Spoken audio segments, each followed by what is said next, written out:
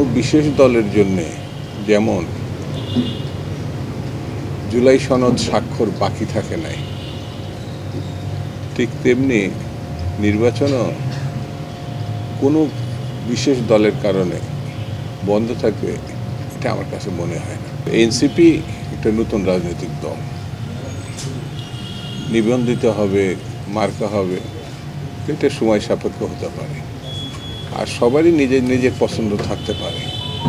আর এনসিপির একটা plus point, যারা 24-এ গণঅভ্যুত্থান করেছিল তার একটা নেতৃত্ব পর্যায়ে তরুণদের একটা বড় অংশ তাদের সঙ্গে তারা জয়েন্ট করছে।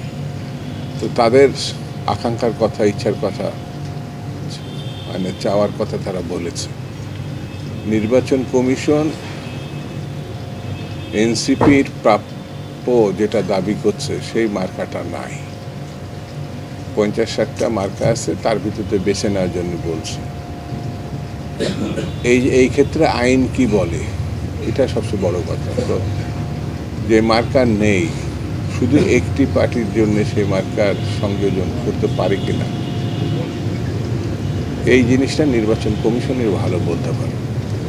আর কোনো বিশেষ দলের জন্যে যেমন